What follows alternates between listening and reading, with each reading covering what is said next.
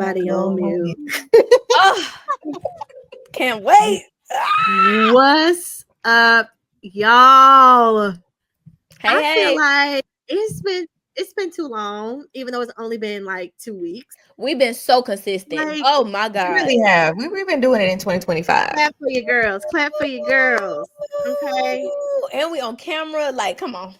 We giving y'all looks. We giving y'all visuals so y'all can see us. Okay. So if you are listening on Apple or on Spotify, check out YouTube. I am going to start by saying that so you can see your girls and see what like and subscribe. Like and subscribe. Comment.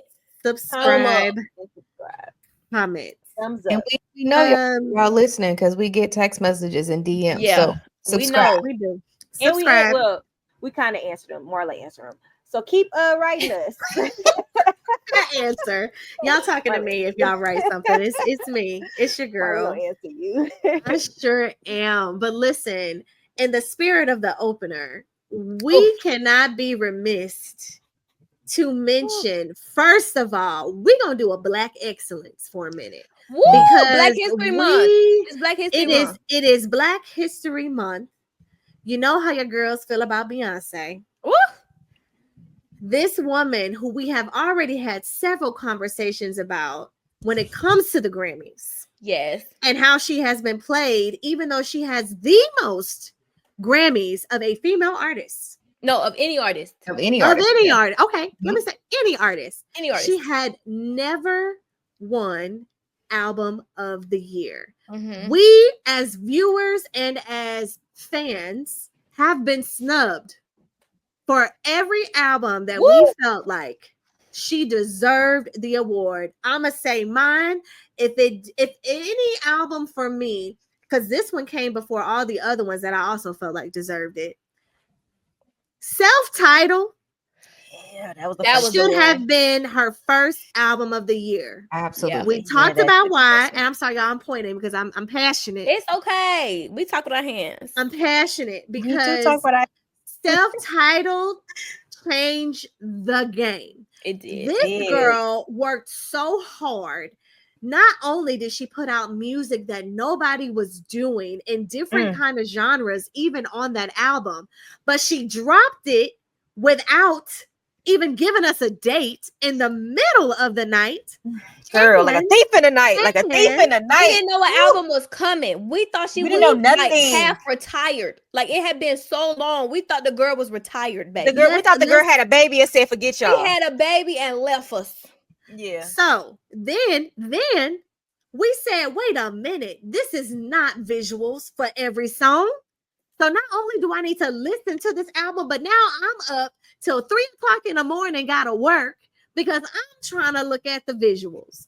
Beyonce, Giselle knows. If no other album for her first album of the year, she was robbed of that one. The music industry had never seen anything like it. The body of work of Self-Titled alone is iconic.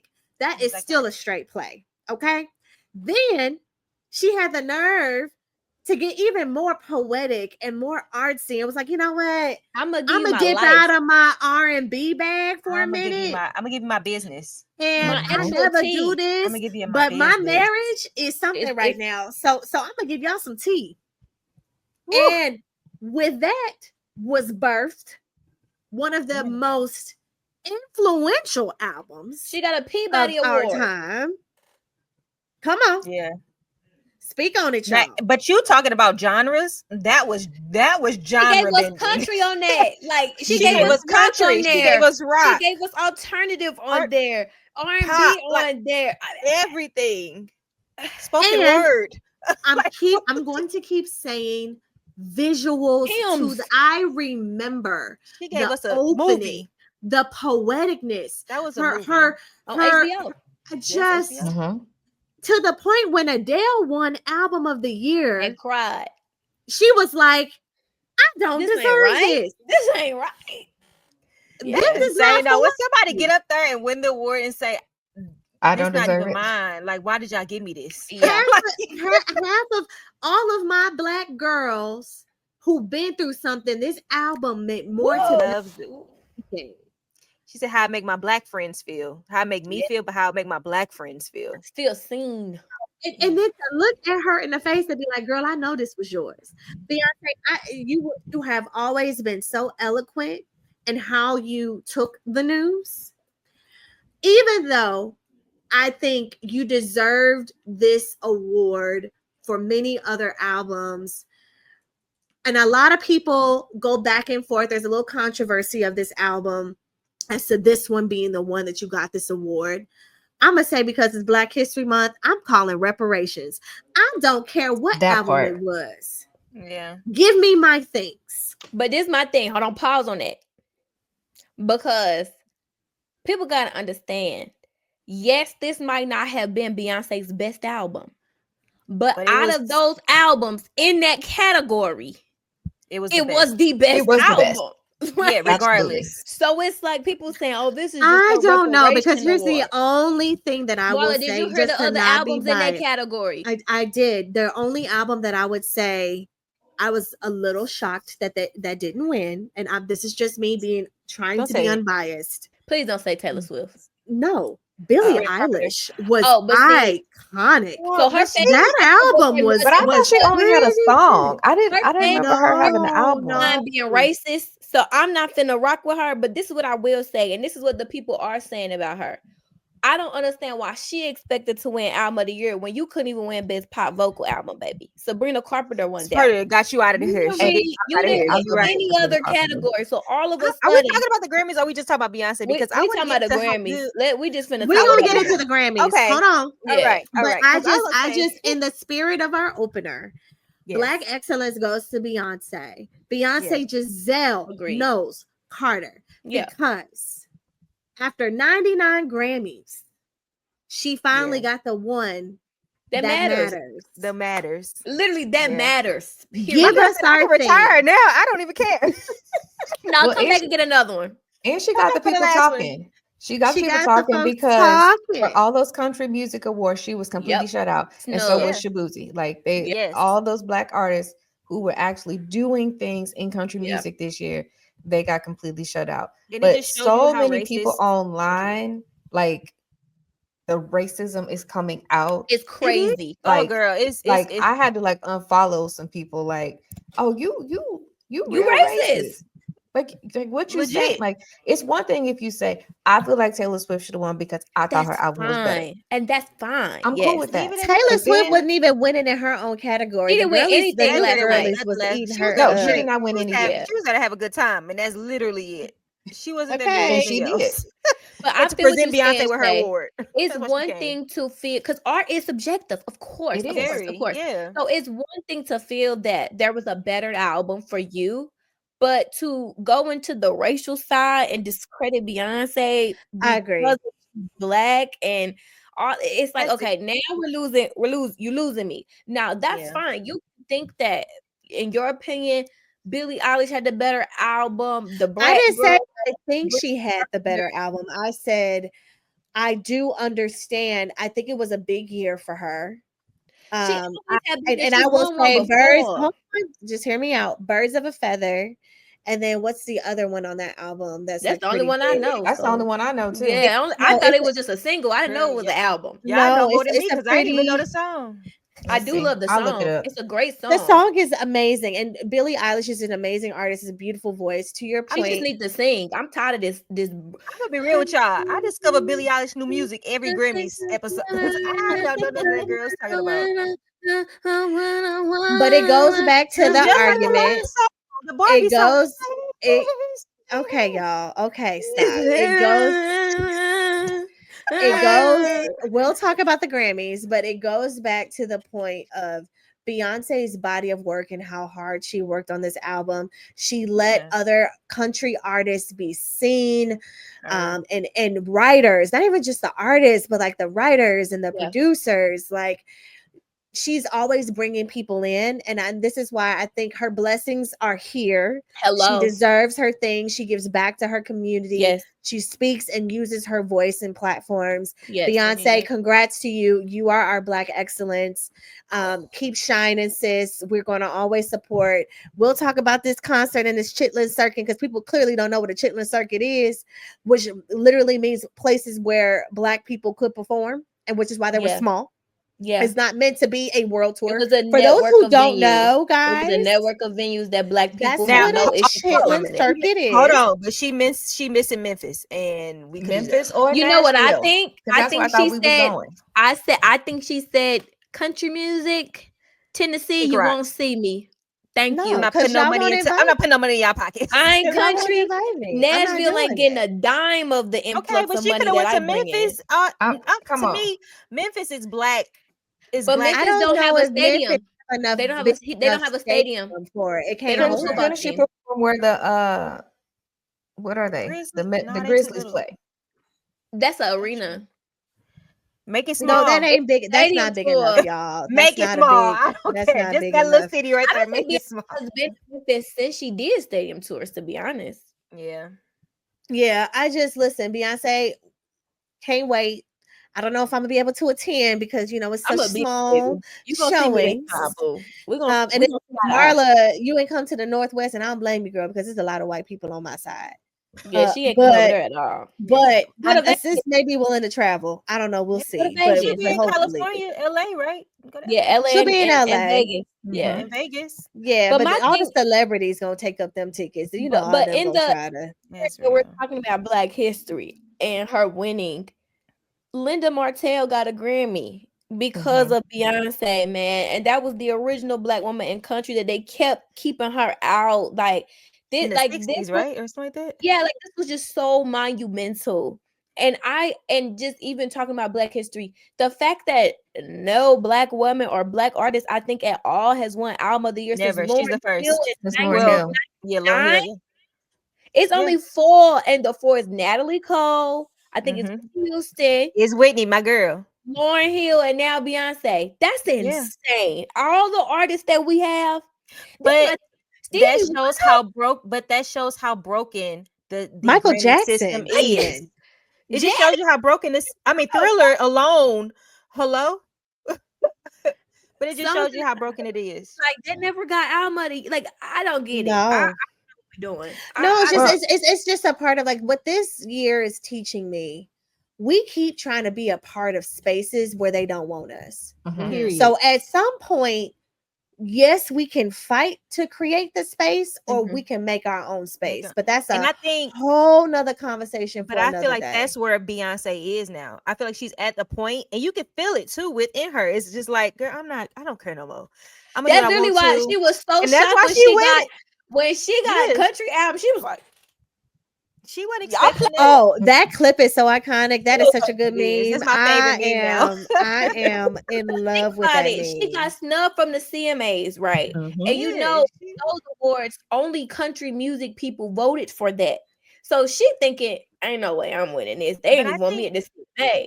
But not for nothing, if I'm not mistaken, from what I've heard, I think the Grammys is doing that now as well, where you can only vote for the category that you're in, and then you can vote for like the main categories. For the people in country to vote for her album, shocked me. It means something. It means something. Yeah. I think too, like all of those Black artists who are on the album also got Grammys. So your Shaboozie's, all the girls that were on Blackbird. Like all of them haven't really been getting the love from country music, which again, the Shaboozie thing is absolutely ridiculous because he got no Grammys is crazy to me. No Grammys, no country, no nothing. I'm not surprised. He's a Black man in country, and what I kept saying in the comments is they didn't want to do it to real country artists. It's not fair to them that these random people keep coming in and wanting to take up this genre that's not even theirs. They should have gave it to a real that is our genre. That's the whole point of this album, telling y'all don't own nothing. That whole way of thinking is just laced in racism. Because ain't Keith Urban from like Australia? Ain't Shania Twain from like Canada? Yeah, she's like, Canadian. Yeah. What are we talking about? Country music is black music. It's out of the banjo. Where did the banjo come from? Africa. Beyonce said it. Stop playing with me. That's not y'all music. We just letting you borrow it. They just saying, look, we want our country music with our Confederate flags. We want our stuff back. We want our music back. How about that? But it has been laced now into rooted in racism. White so it's trying to claim it back. And so kudos to Beyonce. That's what makes that album iconic. Whether you liked every song or not, one thing you can say about this album, it's a complete body of work. It broke barriers. Like, this is an album that was super artistic. She don't put out half a lot of vocals, Ever. really great partnerships. Like, Beyonce was very thoughtful with how she wanted this album to kind of move into the storytelling, the lyrics, the musicianship, the layering of the vocals, the production value. I mean, like, she don't put out trash. Lady sung opera in Italian.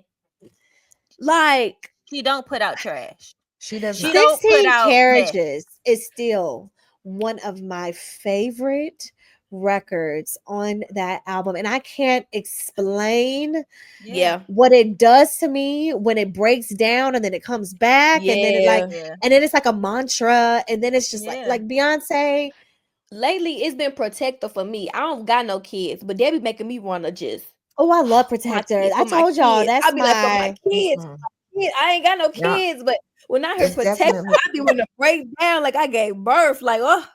No, but that line about but that line in Protector about wanting to be your projector versus a mirror is so like when I think of projector, she could have easily said like a mirror or a reflection. No, I'm showing but she's you like, what you need I'm trying to see about yourself.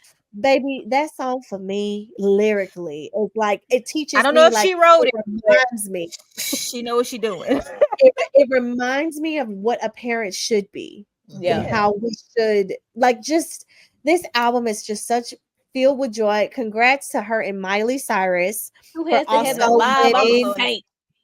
Grammy for their song, because that to me is honestly best song on the entire album. Honestly, holistically, I really do think that's real black. Girl, that's and my that's joint. why you like it. And that's real black. I said it 2 weeks ago. It's giving Jodeci, and I'm here for all of it. And I'm here for all of it. I'm here for all of it. But we need to talk about the actual Grammys, y'all, because we run out of. So the actual Grammys. So what was y'all highlights? So give me each one person go through one. I'm gonna give my unpopular opinion. Top highlight of the Grammys. We'll start with Mandie. I'm gonna give my unpopular opinion. Not Like Us has gone too far. Song of the year and record of the year should have been Billie Eilish. I will give her that one. Birds of a Feather, to me. Birds of a Feather is so good. I give that Song of the Year and record of the year for her writing, because it do just be her and her brother in that little studio with her mumble singing.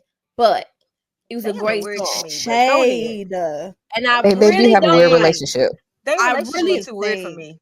And I don't like how far we done took Not Like Us. It's too far for me. That's my unpopular opinion. I love it. I'm here for all of it. I'm here for all the smoke. That's what I said. It's my unpopular opinion. I'm tired. I'm whopped out. I'm out. I got one more in me. We got one more. Well, we might not have one more Sunday, but that may have been it. We'll talk about it. Okay, Jasmine, what was your most? It doesn't have to be the most iconic. Drake over there in Australia crying. I will say, honorable mentions. I love Doechii, but I think for me, it was seeing all the white women singing. Woo! I ain't never heard these white girls sing like this before. This was the best Grammys in a long time for the singing. Yes. White folk voices. And they white folk. But versus say white folk. Can we say the white folk? Oh my gosh. The white folk. Straight Come up. on now. What you're saying is they was out here singing like Kelly Clarkson. We didn't know. No, what happened is the pop girls are really pop again. We finally got it back. White girls are really white not girls. a pop. The thing is with Taylor, she really not a pop girl. She's not a country girl that turned pop because that's where the money was. Right. But these girls are true pop like girls. Taylor not finna gag us like that. Like these girls. girls. So the interesting thing about that, so my favorite was Sabrina Carpenter, and that's because me and Noelle love espresso. I love her. Her personality so is so cute. The person who produced her album is Taylor Swift's producing partner, Jack Antonoff. Why can't he do that for her? Because she don't have personality.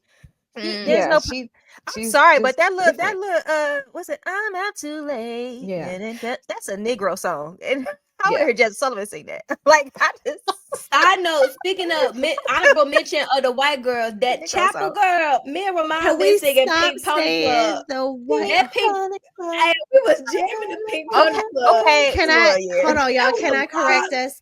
Can we say the new artist category? No, the was white popping? girls. No, Marlon. No, it's not about the new. It's not that. No, it's the white girls was singing today. It's okay to say the white girls are back. White girls are back. They have so what you're saying is Christina Aguilera they caliber. Back. You see what I'm saying? Okay. Like the Sabrina Carpenter sang with Christina Aguilera. She can actually sing at a concert, and it sounded really good. Like the girls can sing again. We've been getting a lot of pew pew singing for a while from the. We've been getting a lot of Billie Eilish. We've been getting a lot of Billie Eilish. But no, a lot of Billie Eilish. Can I just hold on, y'all? One person. Can I just correct y'all about Billie? I'm gonna send y'all of her singing like this one song a cappella, and I was blown away by her vocal. Like that girl really fact that can she sing. Can't sing. It's the song she chooses. It's the song she chooses. She don't want to sing, and the ones that go big. Mooney Long said that. Mooney Long was like, the girls know how to sing, they just don't have to, so they don't. Like, girl, gone. Like, no, she can't. Now we're gonna talk about Mooney Long and how her performance was Give trash. Birds of a Feather to Kelly Clarkson. Let her. She sung it. She did do a cover, and it was Birds of a Feather from Kelly Clarkson gonna be too powerful. It is not gonna be soft at all. Go on her karaoke. Kelly gonna be Birds of a Feather. She did not sing it like that. She gonna be. It was very controlled. It was very controlled. It was beautiful. It was I was really impressed. Can we? Okay. So another one from the new artist, Benson. Is it Benson Boone? That jumped off the piano. Ripped off the he went crazy. I can't believe his voice really sound like that. I told you the white people are singing. And what Teddy Swim? what's that? Teddy Swim. Oh my goodness! Oh, I know him. He can sing. He reminds me of what's his name? What's that dude name? The other big guy. Jelly Roll. He's like a he is like a Jelly Roll. And then the girl Ray, she not white, is she? I don't know what she is. She British, baby. It's like Amy Winehouse. I'm okay. We did that already. But she also wrote on Cowboy Carter, so she did right. She writes for Beyonce. I can actually hear when she was singing, like some of her riffs and stuff reminded me a lot of Beyonce notes. The white girls killed it. Go girls, we so back. White girls, I give y'all 10s. Cause y'all been trash for a while. I love when the white girls stay in their lane and do white girls. And they all so differently. Yeah, that's what I like about a white girl. There's so many lanes for you. Just pick one. You know, like the past season, I don't even know these girls' names, but it was just a while that we would just see them and they all were the same. Like the same color hair, the same look, the same everything was the same. Each one of them was totally different, and I really appreciated that. Different. Tamar voice. Okay, I'm gonna change it. The one scene I want to talk about is not the best. It's the worst for me. That was gonna be my unpopular. I did not need Janelle Monáe to do anything Michael Jackson. My God. I'm tired of Chris Brown not being able to be a part. We need to add him. We need to add he him. won a Grammy now. I think the tides are turning. And that's why I think the tides are turning. They should have did what they did for the weekend for Chris Brown. Let me finish. That was the worst. Let me finish. That was. What I am going to say is I am a Janelle Monáe fan for the most part. Used to be. I like her music. I think she's gone kind of like this last album was too much for me. But like in recent like earlier years, I like Janelle Monáe's music. What I am going to say is I know they could have thought of anybody else but her to do that segment. And I felt like they were very lazy. I would have rather y'all brought Usher may not be able to do the full stint of what he could do when he was 17, 18, but that would have been a better selection than that. I mean, even Sierra just let her dance a little bit and not sing. What I am saying is Janelle Monáe is Prince. Y'all have a Prince segment. I think she belongs. But that's she is not Michael Jackson. In the song, she did it because of her relationship with Quincy, because of Prince, and she was talking about how Quincy. So let her do her first show, and let her do a Prince song. We didn't want her to do Michael Jackson. I do. Like we said, Chris Brown just got a second Grammy, and I feel like this is the year of them trying to right their wrongs. Yep. And I would hope that they will build a relationship with Chris again. Yeah. So we can stop doing this. Like enough is enough. Really I'm sick of seeing Michael Jackson tributes. I feel like I robbed at that moment. He's not going to pre-telecast. I don't know, man. That's what R&B is. Well, you gotta. I don't know. I wanted to see him get up on that stage. They need to right their wrongs with Chris, and y'all need to stop doing these Michael Jackson tributes without him. Enough is enough. But and when they call him, don't take it away from him like y'all did at the what was that the Billboard Awards. Award shows. Don't do that. All I'm gonna say, Chris has proven himself time and time again that he don't need major media to be successful. What I'm going to say is the blocker, and we know who the blocker is. There may still be some if he comes, I'm not coming. And so they literally may be having to pick between this major and this major. You know, they always gonna pick the rock group. I'm sorry, lead him at home. I just feel like Chris has, residuals, I would argue, is one of that is a top 5 Chris Brown song for me. It's a hit. Vocals on that song, the musicality of that song. Yes. But residuals hit a little. Tell me who. Yeah, it's in that. It's like Prince. It's like that call or response. Yes. Almost on the lines of "Please don't judge me" for me, and I just Chris, just know you were missed, and that's my thing. Okay, so we're gonna move on from the Grammys. Yep. We want to hear from y'all. Put it in the comments. We said a lot. Shout out to the 13 people that voted. Y'all got it right for the first time. America. Shout out to the Grammy and shout out to the Grammy board for who's trying to right their wrongs and diversify. They have and we could tell. This the first year where everybody that got a Grammy should have got it. To me, and the show was actually good the first time in a long time. It was good. It was really good. Good job, guys. All right, so now it's time to move on. We got a lot to talk about, y'all. So first, we just want to say our predictions for the Super Bowl. We said what we thought was going to happen and what we wanted to happen, and I think was right. BGLRT had it together. We said we did. Kansas City Chiefs. We did. And the Eagles is who we wanted. We threw in a little like it would be nice to have a black on black moment, but we really thought we wanted it, but we really thought it was going to be Kansas black City. On blackish. It's not, and I'm gonna talk black about it. It's black and 50-ish black. It's not. I said one of them is black. One of them claims and identifies as black. I don't think the other one does, but we'll continue.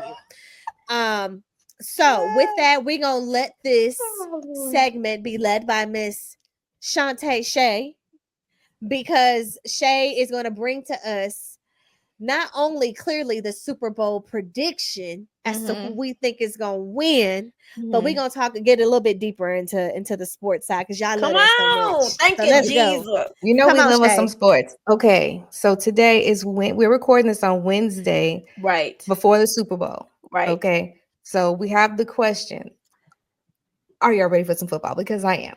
This is our last week, y'all. It's bittersweet. I was gonna say, Shay, because it's bittersweet. Super Bowl is always fun, but then it's like no more football till September. Literally, it's not that great. But so we got Super Bowl Sunday, and my beloved Chiefs are playing against my other beloved team, the Eagles. And it's a repeat from 2 years ago. Yes, Lord. We got 2 quarterbacks. Yeah, one quarterback and one a quarter, half quarter of a quarterback. 150. I think quarters. I think we are the one that is giving his identification versus him. He identifies as black. Identifies. He does identify. He does identify as black. So we got Patrick Mahomes, Jalen Hurts, and he has no choice but to identify as black. Yeah, he identifies. No, he got a choice. He got a choice. He got a choice. But there's so many storylines that are coming with this Super Bowl. Oh, Jesus, from the Chiefs aspect, so if they win, they will be the first team in NFL history to do a Super Bowl three-peat. That will give Patrick Mahomes 4 rings out of 5 tries, which is crazy because he's not even 30. So he's younger than me. Yeah, like that's for real. Y'all thinking like maybe when he retired, we're gonna find out he was doing steroids this whole time and be no, like he ain't been doing steroids. His body look a mess, girl. I promise. Like what's up? Like what is happening? He's a freak athlete. Like you can never take that away from him. He is he's the best quarterback I've laid my eyes on. He has a football mind that we could just never understand, and we've seen it in some of the plays. I mean, was it in the AFC Championship game? The falling down throw, the falling down, that was ridiculous. Touchdown pass to Travis Kelce. Come on, like you can't teach that. You can hate him for his political beliefs and how he as a chooses player, to identify or not identify, but athletically, we cannot say anything negative about him. So we got that storyline going on. The question, and I guess this was answered yesterday, with Travis being old for football, being 35. Is he going to retire after this? And he said, no, I plan on playing a couple more years. Oh, he did say that. Yeah, he said that in this week during the pressers. Okay. I don't personally believe that, but hey. If they win, he retiring. Yeah, I'll go out on top. Why would you wait? That doesn't make sense. Yeah. So you've got all of that going on from the Chiefs' perspective. But then on the other side, we have I'm married. And so I can only say so much about Jalen Hurts. Yeah. So on the other side, we've got Jalen Hurts. We've got Saquon Barkley. I just had to praise God for a minute. I'm a good man, Savannah. He's a good man, Savannah. He was quoting scriptures this week. Jesus. Woo, Jesus. So with the thing about Jalen is that overall, he's just likable. Like he just is. Like his whole management team, black women. Mm-hmm. You know, he got a black queen. You know, he loves to uplift the black woman. So naturally, it's like we're gonna ride for you, partner. Yeah, we're gonna ride for you. But in the year of our Lord 2025, and in this current political climate, I have to change my allegiance from the Chiefs, who I love, to the Eagles, because all right. I know, Shay. I know.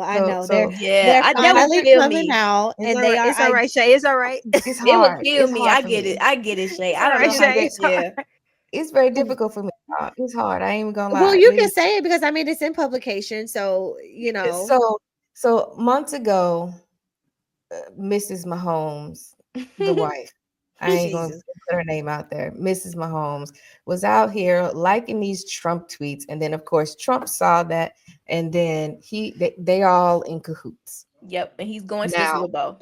Yes, and he's going to be at the Super Bowl this year. Now, and only mention the Chiefs. Literally, mind you, there's not any government things he could be doing, like being the president. Right. We need him to take a break. He just signed another executive order today that don't make sense. Have a seat. He needs to take a break. He needs some PTO. He needs to get on the golf course. PTO. That's the problem. He just signed an executive order to keep transgender. Hey, we gonna keep we gonna let him. We gonna try to keep it. Yeah. Okay. I'm just saying he need a break. He need a break. Let him. Yeah. He need a break. Leave the pen down for a minute. Never come out for or against any of the political candidates, but he also tends to lean, in my opinion, more to the Republican side, which in normal circumstances would not be a problem in normal world. But we're in Trump world. Yeah. So that is now an issue. And I had this conversation with somebody earlier today, and I said that I wish the NFL was more like the NBA. Yeah. that I think it was the Warriors when they won, their last time they won, they didn't go to the White House. Yeah, Steve Kerr was standing on business and saying, we ain't going. And then Trump was like, well, I uninvited you. And Steve Kerr's like, well, we weren't coming anyway. So it doesn't matter. Like, you can't uninvite me to something we weren't even coming to. And so instead they did go to Washington, D.C., and they did some kind of like charity work or something while they were. So I wish that the NFL owners would be a little bit more progressive. But they borderline racist. But they're not going to do that because most of them, unfortunately, are old white men. Yeah. They see these players as checkers. They don't see them as humans. 100%. They see them as modern day slavery of like, do what I ask you to do, get this money, perform, and I'm gonna kick you to the side. Yeah. So continue. I know I agree with that 100%, but I just wish it would be a little bit more progressive. So I don't want to get on that soapbox. It's okay. Shall we go find you some Eagle stuff this you can wear? Girl. I gotta find me. Yeah, girl. I got me a Jalen Hurts jersey. We got you, girl. Welcome to the team, Shay. Welcome to the team. Come over to the. What I'm hoping, I do believe it's going to be a good game. Oh, of course. I do believe that because the Chiefs have a phenomenal defense, and then on the offensive side for the Eagles, they got Saquon Barkley, which to me, like the biggest Saquon screw up or New York. What are you doing? I don't even know what the word is, but to me, that was like the dumbest move made in this last NFL in your season. Own division as well. He's out here killing it, and now you didn't want to sign him because you signed Daniel Jones, and now you ain't got Saquon or Daniel Jones. You just looking dumb. But now the Eagles got him, and now Washington got a quarterback that's taking them to the NFC Championship. So now you dead last in the NFC East. Yeah, pretty much. You're in an unintentional rebuild. Literally, you're in a rebuild. Like that wasn't your plan. Better go get Shador. But even if they get Shador, I don't believe that's going to do anything. I mean, they don't have a good line. We got all of that going on. Again, I think it's going to be a good game. I think it's going to be a repeat of 2 years ago. I think it's going to be a close game. I don't believe it's going to be a blowout on either side. And but one could pray. I don't know who to pick who's going to win because I honestly can think of reasons. I'm speaking life into Jalen Hurts. That's it, Marla. Speaking life. That's all we talking about. I'ma say it, Jalen. You know what time it is. You deserve tell this. Him, Marla. This is your year. Not only do you have ads after you, and you are making marks with your own brand. David is gonna sing Goliath. Seal it with a win, Jalen. Seal it for Black History Month for us. We need this. We do need this. We got Beyonce. We need Jalen. We got Beyonce. We need Jalen.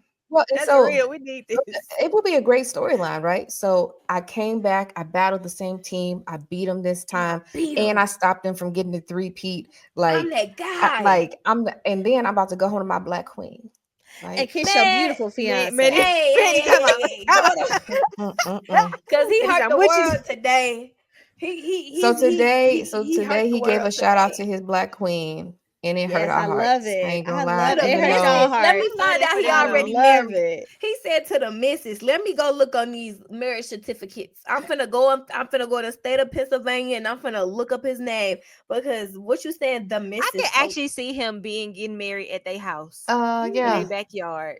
Easy. And I know let's talk about his fits lately. Jalen been he's dressed like Nino Brown. But it's okay.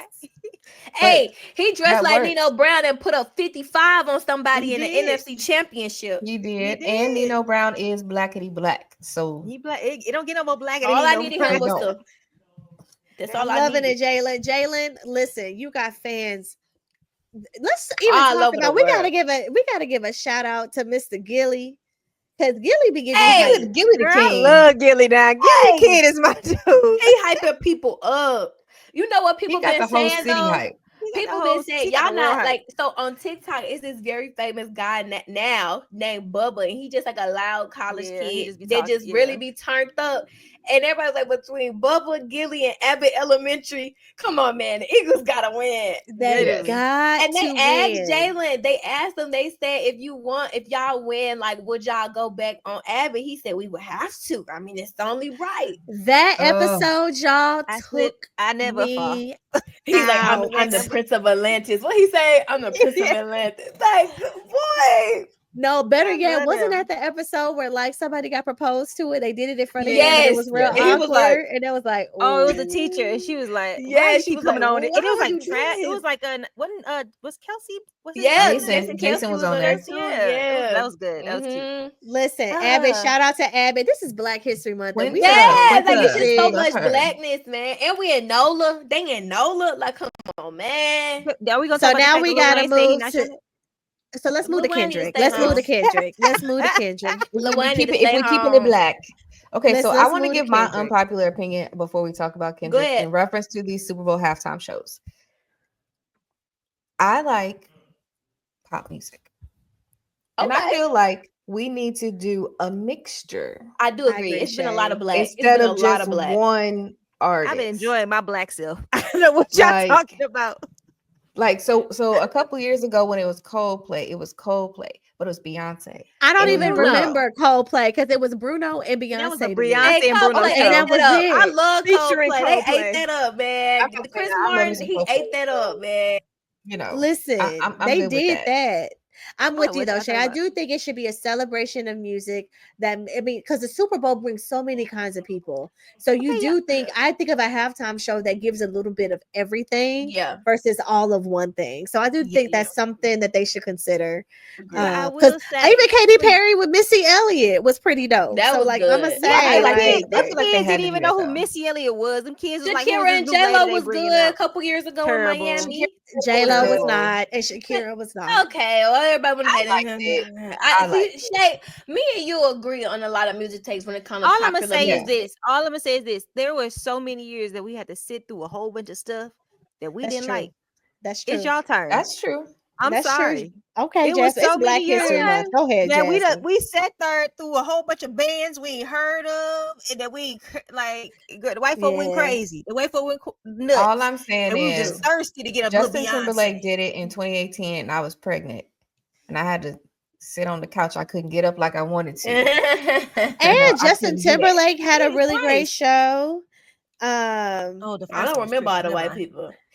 Girl, it's a blur, but it was a lot of. I'm trying to remember, like they did. Gaga did it. She sure did. I mean, but my favorite, honestly, and that I've seen in a while outside of Justin Timberlake, and that's more just because I love him, not because the show was that great, was Usher. Usher last year. How could I forget about Usher last year? That was a moment. Oh my God, yes. I have an unpopular opinion about that performance, but we're gonna go with it. We're gonna go with it. What? We're gonna let that wasn't good. No, I'm just gonna say I felt like where a lot of artists do a really great job of like picking out of all their repertoire 5 songs. Yeah, stick to the 5. He did 15, and I loved can't remember one moment. He did intros. I can't remember anything that stuck with me because it was too much. He brought out her. That's why I said he brought out the Kappa Boys. Unpopular opinion. All of it. Unpopular opinion, because one thing that Beyonce did, like. She did a medley. She did a medley, but it wasn't like she even brought out Destiny's Child. Like no, Beyonce did a medley. She did more than 5. We just know her music. We just know her music so good that it's just like. Or maybe like the Usher music wasn't. I don't know. Whatever. I'm gonna let y'all have it. No, if you would have said song selection, I would have been okay. I don't. Yeah, I don't really. It didn't really hit me the way that I wanted it to. You had to do them. All right, but it's okay. And that's what the thing. The Super Bowl is not meant for everybody. I think you can't please everybody. True. So it's meant for certain moments. See, but you could if you did like a mixture of people. Like I think the best one to your point, the best example was Beyonce, Bruno, and Coldplay because it gave everybody a little bit of everything. And it was so spectacular. Think about.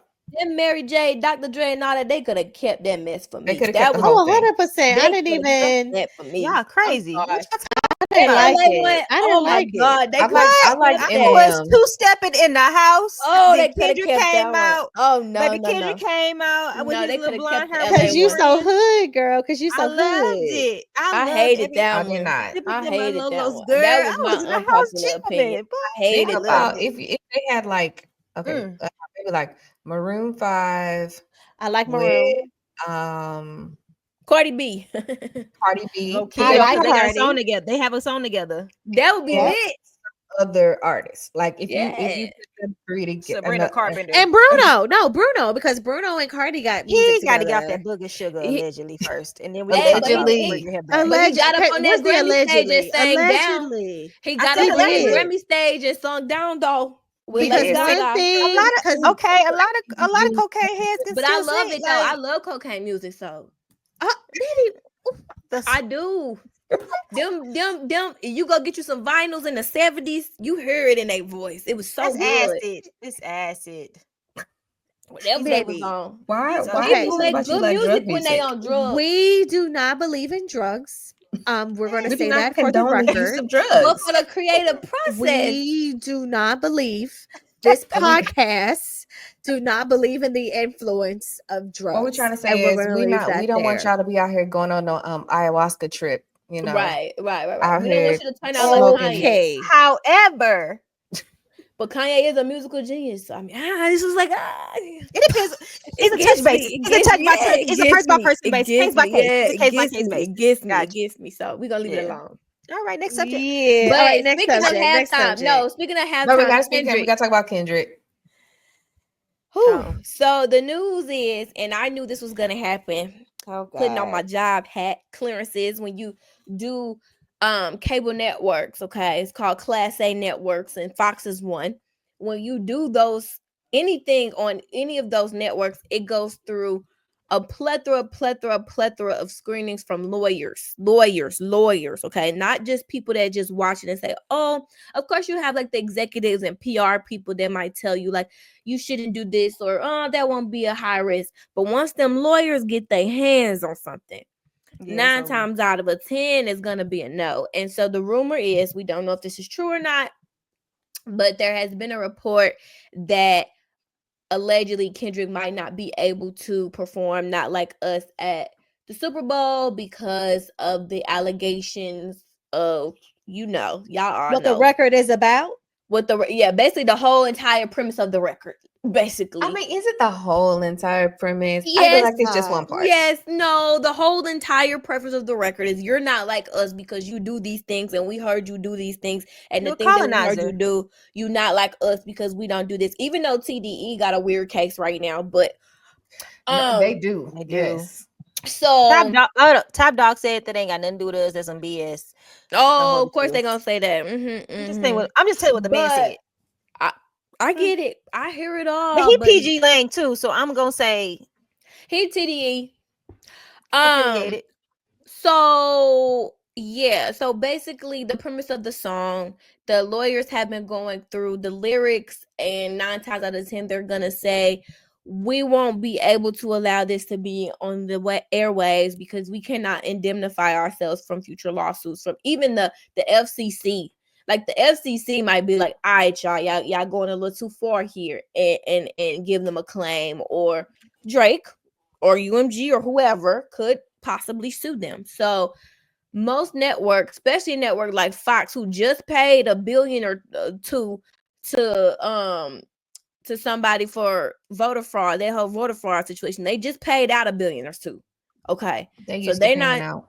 Yeah, they used to having to pay out some money. So I think they're trying to be conservative here. And I personally don't think, I don't know if Kendrick does it.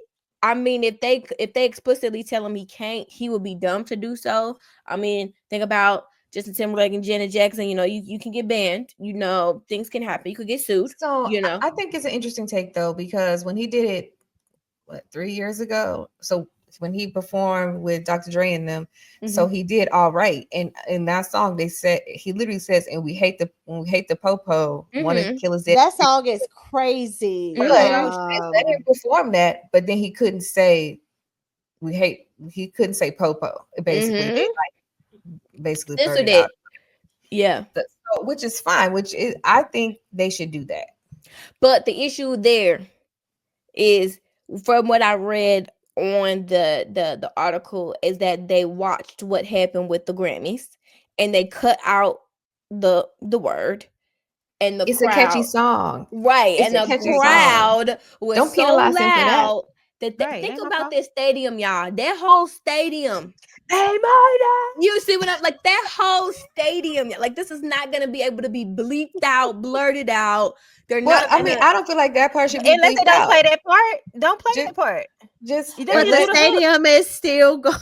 They not like that. Even if he play an instrumental, they're gonna rap it word for word. Did y'all see his show at Amazon when he did it for the Amazon? I did. The camera work. The crowd rapped every single. He stopped the music for like 5 minutes. They rapped the whole song. He had to keep singing it because they kept rapping it and wouldn't let him. So imagine that at the Super Bowl, bro, with almost 100 million people watching. It's but indemnify. They're not going to be able to indemnify themselves, and I don't think the FCC is going to allow. But what I'm saying is, so you know how like you can do like pieces of songs to go into another song. If he just does the hook, says they not like us, they not like us, they not like us, go into another song. I think that would be perfect. Yeah. So that's if anything, I think he would do something like that. He might not go into his verses, which you know that's where it get crazy. It's gonna be interesting. But what do we think about SZA performing? I'm not. She can't sing. Like, I'm not impressed.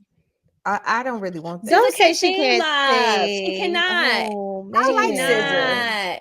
I like her too. I love her. Because they gonna do all their hits together. They gonna do. I like them albums. Yeah, I like them albums. I wish he would have done Rihanna because his song with Loyalty. Her man got a weird case. Everybody got a case. A lot going on right now. Everybody was that he was gonna bring out Taylor Swift and do Bad Blood, but I'd rather him do that. SZA can go sit down. I love her albums. I love her studio albums. I'll buy them on vinyl, but we can keep it on wax. We don't need the mic in front of her. Okay. All right. Well, let's move on. All right. Well, she'll probably have some backing vocals. She'll be fine. What I will say is I am looking forward to, because Kendrick is an amazing performer. Like, I can't wait to see artistically what he does, especially given his climate. He's gonna make a statement. So I'm tired of this. I'm okay. All right, and moving on. And we're moving on. Pro black or not? I'm pro Drake. That's the mixed man I cap for.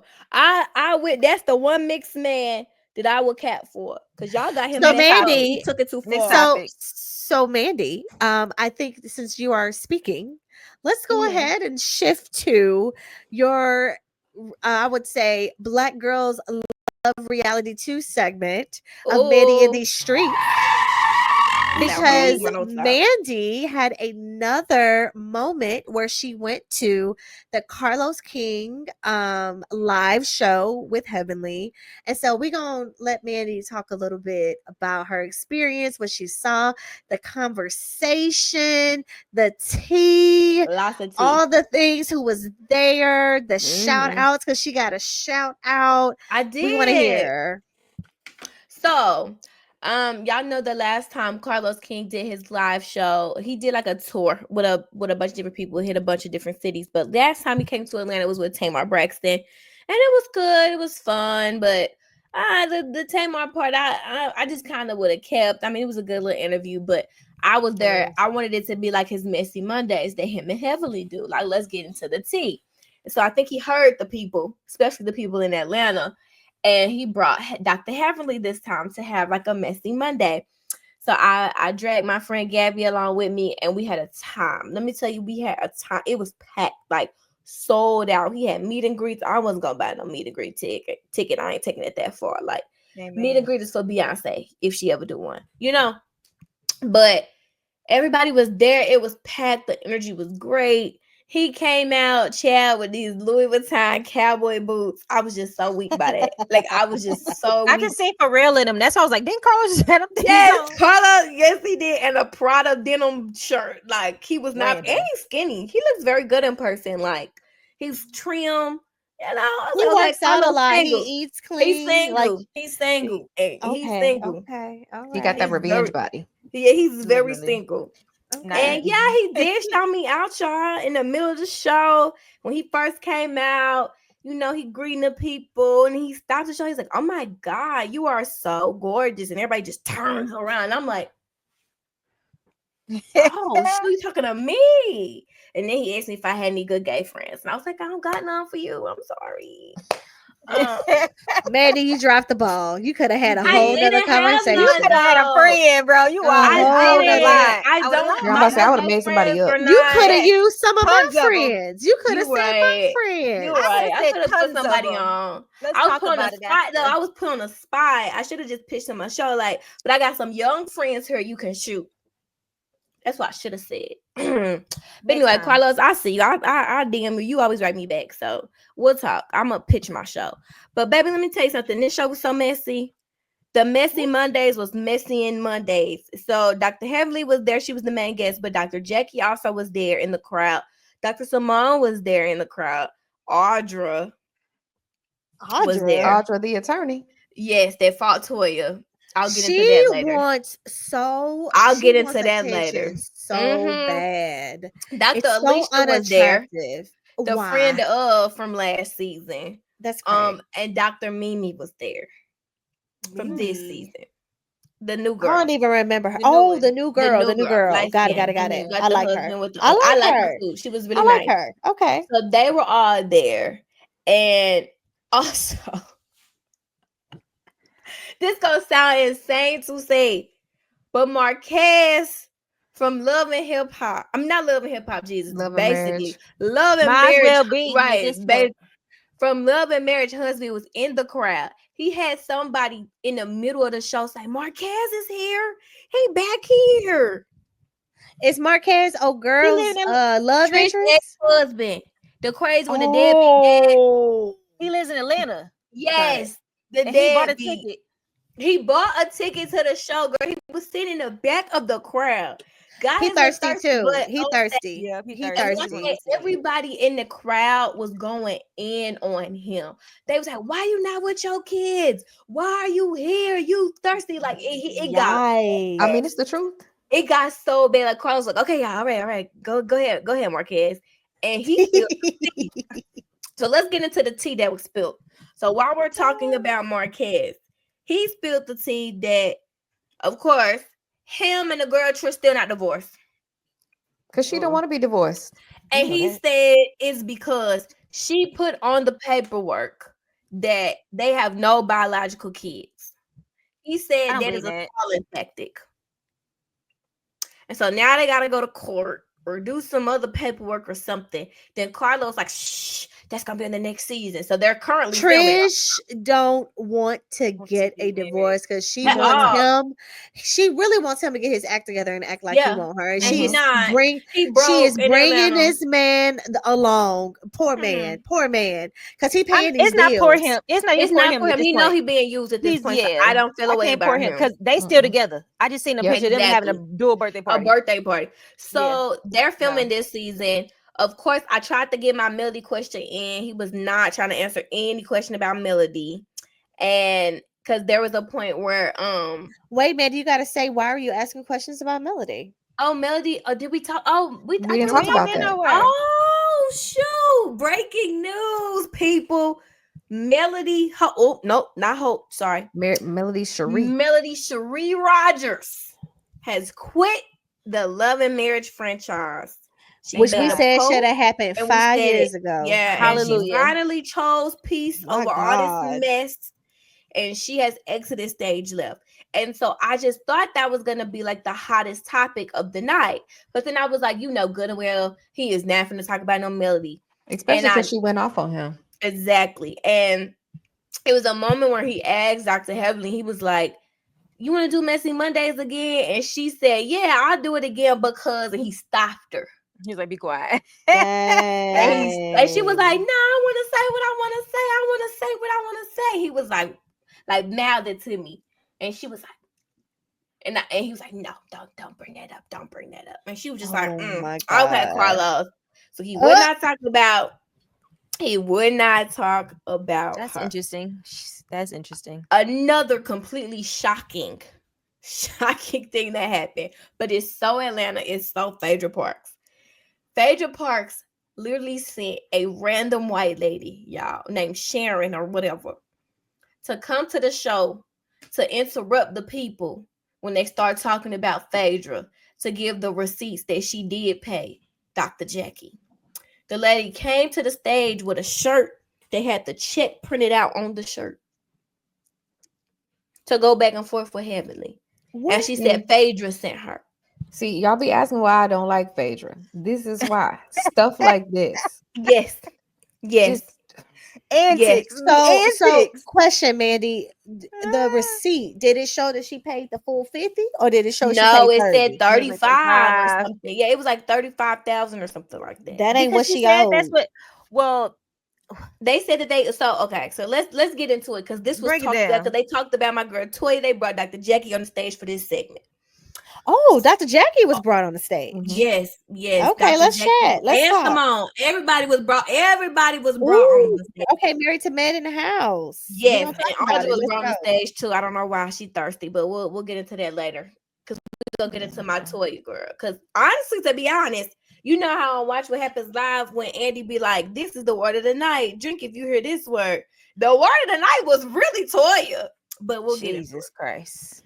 But okay. Dr. Jackie gets on the stage because Heavenly starts talking about the Met Gala and about how Toya didn't pay and Phaedra didn't pay and all this and all this. So Carlos was like, Dr. Jackie, get up here. Like, come on.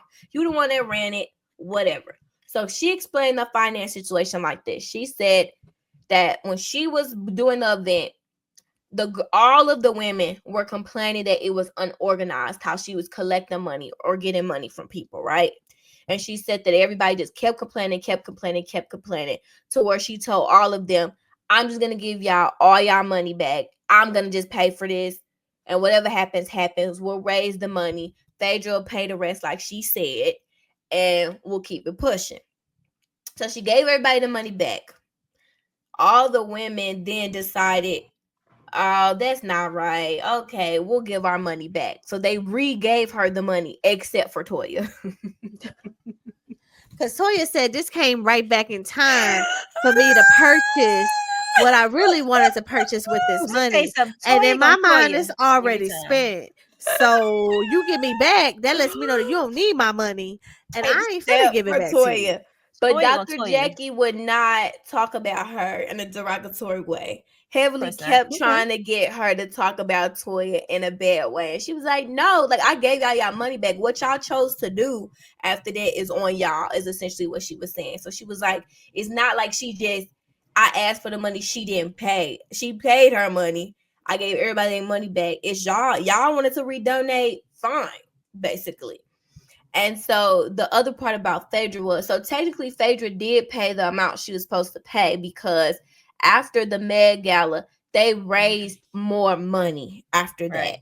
And so the amount of money that they raised after that, then they took that difference and Phaedra paid the $35,000 or whatever. But for some reason, Heavenly was just so stuck on the fact that it took her a month to write the check, and she really didn't pay when I said she paid, but she paid now, and all the semantics in the world. I think the problem, Mandie, is she don't like that girl. We know that Toya is not a giver. She gave. But how did everybody else be like, nah, I really want you to have this money? And she was like, say less. Give me my money back. And have fun. I'm with Toya on but to your point, Mandie, I'm with her on that, because if you don't give me my money back, I'm not gonna fight you to take my money. Like that's not what I'm finna do. Like, if you give it back to me. Dr. Jackie was just like, it's not that deep, Heavenly is not that deep. She said, well, we all gave the money back. It's like, but that's what you chose to do. I did this at your heart, yeah. Got her and said, the reason why I gave all y'all, I didn't give just Toya money back. All y'all was complaining. I gave all of y'all money back. Right, say that part too. Yeah, say that part. Everybody was complaining about whatever it was with the thing. But the one thing I do agree with Heavenly on, if the charity or the check or the event flyer says thrown by the women of Married to Medicine, it don't matter what happened, Toya? Your name is essentially on that sheet. You should give your money. Period. I agree. That's how I feel about that. That was the only point I understood. It was like, I get it. If this was just a charity event that y'all randomly, like it was really Dr. Jackie throwing in, y'all just kind of trying to help, I would understand. But if it does say thrown by the women of Married to Medicine, Toya, they know that's you. Like, and this is the second time that we have had a charity event. Yeah. And it's been alleged that you I just think Toya is petty. I just think she is a petty Betty Boop. Like, and didn't even want to pay to shop your, like that last scenario did it for me. Where I was like, you don't want to give, and you like, I'm gifting y'all my presents and my wine, and even then I'm still profiting that. So like, you still walking away with more money, and you didn't donate nothing to it. It's crazy. Yes. So then we have this scenario. So I understand Heavenly's like, this is a pattern of behavior. Right. But Toya every time. I gave you money. Don't you? If you want to keep, you. You know me. That's on you. Don't you give it back to me? Because that's gonna tell me I'm gonna put it somewhere else. Because now that's really giving, for me, it's really giving like, girl, what are we doing? Like, we getting our money back? Like, what is happening? Like, girl. That's real. And depending on the amount of money, that money probably took a little second to clear. Like, you just, a lot of stuff, but still, she should have gave something. Like what I'm saying is, even if it was $1,000, like she should have. Like she still should have gave something. So yes, understand that. Then the part that really got on my nerves, Audra. Why is she even a topic? She ain't even on the season. Cause they was talking about heavily brought up the fight with her and Toya. She's like, "Oh, Audra here, you can ask her." And I don't even care about that anymore. So let's go next. Because she's not relevant. She's not even. She's not a cast member. I don't even care. Toya is still Toya, my girl from this last episode, and we'll talk about it. So what I'm gonna say is, I love it, and we're gonna move forward, and we're gonna move forward because I don't care about. There was more tea. The more tea that dropped. This is the last. I'm trying to think. All the last set of relevant tea we have is about Phaedra. Because this gonna lead right on in to Married to Medicine. Let's do it. Woo! So Heavenly, I don't know what it is about Phaedra, but that's who really get under Heavenly's skin. She do. That's who really get under Heavenly's skin. I don't like that lady. Seeing her in person talk about Phaedra, I was like, oh. What did Phaedra do to Heavenly to make her not like her? Phaedra is fake. She said Phaedra is just too fake to the point where it's just like, I can't even deal with this lady. Because she even prefaced, she was like, I know I go back and forth with Toya, and y'all all think I have a weird relationship with Toya, but she was like, but Toya is my sister. I love her and Eugene. We are very close. We all hang out. Like, yes, we fight, but I love her. That is my sister. She said that. And then she said, but Phaedra. That was Phaedra ain't a real friend. She's casted. Like, that ain't they real crew. Exactly. So the whole situation that's gonna lead us into talking about Quad and Dr. G is that the guy that Phaedra quote unquote is with, right, on this show is a chess move by Phaedra because allegedly he is very close with Apollo and his wife. Wait. Yeah. He said he just knew them. No. And would say hi. So when you say close, what do Heavenly you mean said when you say close? Family dinners, Thanksgiving dinners. Like, he tried to talk to Apollo's wife's sister. Like, they was trying to like hook them up. Like, it's some deep stuff there, right? So what did she get out of this? Yeah, so Phaedra said to him? Yeah, she said that's fake. Of course it is. Well, I mean, he was random. They met at the little thing. They did not. They knew each other before, and they just came to the thing as if they just. Because why is he on the trip with you a week later? Yeah. Come on, that didn't make sense at all. Right? At all. Phaedra, you ain't gonna let us know you move like that. That ain't how you move. Yes. And so what happened was, she said the whole reason why she brought him is because before Heavenly called Apollo to invite him, that's production really inviting him, right? Of course. Before Heavenly called Apollo or whatever, she called Phaedra and told her like, hey, Apollo gonna be on this trip, but he's not gonna bring his wife. he's just gonna be on this trip, for the show, whatever, to get. She was like, oh, I already know. That's why I'm bringing Shaq. But I thought y'all was cool and y'all was co-parenting and ain't no beef and ain't no problems. He tells Heavenly, I know everything Apollo do. I control him still. Okay? So keep this in mind, because what I'm finna go into next is going to lead into Quad and Dr. G. Oh, Jesus. Phaedra thought she was going to pull a Quad on Dr. G with Apollo in this new man situation. Oh, she thought she was going to get the moment. Yes. Mm-hmm.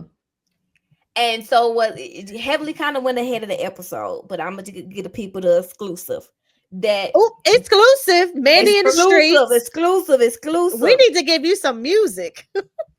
She said that once Apollo realizes that Phaedra is on this trip with their friend, he calls the wife and the wife pulls up to the trip. Stop. And that's the real reason why Phaedra does that whole I'm leaving. So it's okay for you to bring a random stranger, but he can't bring his entire whole wife? If anybody deserves to be on the trip, it's with him and his wife. She doesn't give Apollo that moment. That she was gonna get a quiet moment from this. She thought she was gonna get I'm my man. I done moved on from Apollo, and Apollo problem was it's not that you here with somebody. Why are you here with our friend that you know is close with us, that you know be at our house, that you know we have like a personal relationship with? What are you doing, essentially? That's crazy. That's a good question. What are you doing? So Mandie, I think it's time for us to move into Married to Married. My favorite part of the day. Oh my God, I want to talk about this. Because my unpopular opinion before I lead this on in is, if I was in Quad's same position. But let's talk about the position. So hold on. Let's give. Hold on, y'all. Before y'all give opinion, let's give our viewers some background, because not everybody watched the show. Can I set it up? Go ahead and set it up, Mandie. Go ahead. So on this episode of Married to Medicine, I must say this was the best episode of the entire season. Agreed. Side note, Heavenly said next week is even better. Okay. But this was the best episode of the season, because every season, if you are a Married to Medicine watcher, you know you just gotta hold on to that couple's trip. That's all you gotta do. You get the little fun shade, you get the little fun tea, you get to know what everybody doing in the beginning of the season. But as a Married to Medicine fan, you know what you are waiting on. You waiting on that couple's trip. It goes down in that couple's trip. It goes down. It goes down. And also, I'm gonna give a little background about why they don't go international and why they don't go to like bigger places. Dr. Heavenly said it's because, of course, they're doctors, right? So a lot of them be on call, so they only have like 2 or 3 day window to get somewhere, film, and get everything out of film. And so they were saying, like, we can't go out of the country where a day or two of our off day is spent traveling, and then we don't get enough time to film because we got to rush back. We have patients, things like that. And she also said most of them don't want to take off that long. So that's why they go somewhere where you can get because home I'd be mad if my OB talking about I'm filming in Mexico. Like Dr. Jackie, baby, if I'm pregnant, you talking about something, you out here in Italy for Married to Medicine, baby, we're gonna have a problem. You know what I'm saying? We are gonna have a problem. So that's what happened. So let me set this up. Can you imagine if your ex-husband, his new wife, they decide last year, we're gonna ruin this, we're gonna try to ruin this girl's life by coming back on this group where we think she's a little fractured in the group. She fractured in the group. So this is the perfect time to come back and get back on the scene. Get involved. Show that they're more stable. Show that they're happier, more stable, even though that lady's still living in that lady house. Show that they got married. We're talking about babies. We're talking about I gave him what he never had, and how his marriage was so bad, and nobody liked Quad, and nobody like this is all happened. It was all key because Quad didn't have no man that they knew of. Right. And so now it's a new year, it's a new season. I'm back with my girls. I'm back with the gang. We cool. We real good. We so good to the fact that I told them I got a man, like a real man, and I'm bringing him around. He had a little sip and see with the other husbands the other week. They got to talk to him, drink with him, kick it with him. We good. We merging. The people know about him. They know about us. We are solid. It's been over a year since we've been together, so this ain't for play. I've been around his daughter. We're good. It's couples trip time. I finally got a man again to bring around. Because mind you, the past how many seasons they tried to either kick Quad off because she didn't have a man, or tell her she couldn't come, or made her feel crazy on the couples trip because she like think about that too. We gotta. Why would she want to go? I do agree with that. Like she didn't want to miss that shit. Go because you get trying to get per episode. So that's 3 checks missing. So. I'm gonna go and be miserable for 3 checks. For 3 to 4 checks. My room it always takes right. And so if you ain't there, like we said, everything happens on the couples trip. If you don't go, so now you're not gonna be relevant. Yeah, you're not gonna know. The reunion is about the couples trip at the end of the day. And then they go backwards and be like, okay, this happened before, but in the couples trip, like it's all about the couples trip. So imagine, and now you feel like this is my man. I'm in love. Like I'm in love. Hold on. Let's set it up.